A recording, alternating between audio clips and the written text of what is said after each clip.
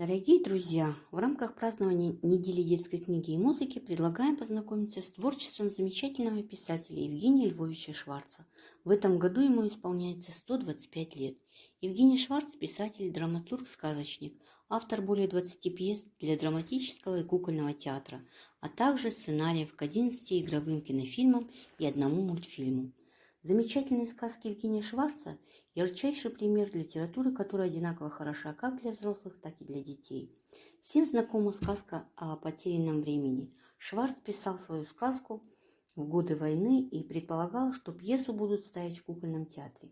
Начинается пьеса с рассказа о Пете Зубове, откровенном балбесе, который учится в школе, но вместо того, чтобы грызть гранит науки, просто склоняется по улицам и проводит время зря, тратит его бессмысленно.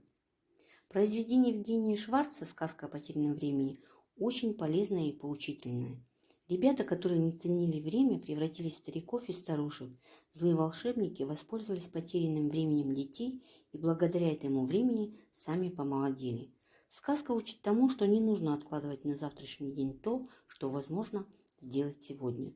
Нужно ценить каждую минуту, каждый час, день, иначе жизнь пролетит очень быстро и можно не заметить, как состаритесь и ничего не успеете сделать.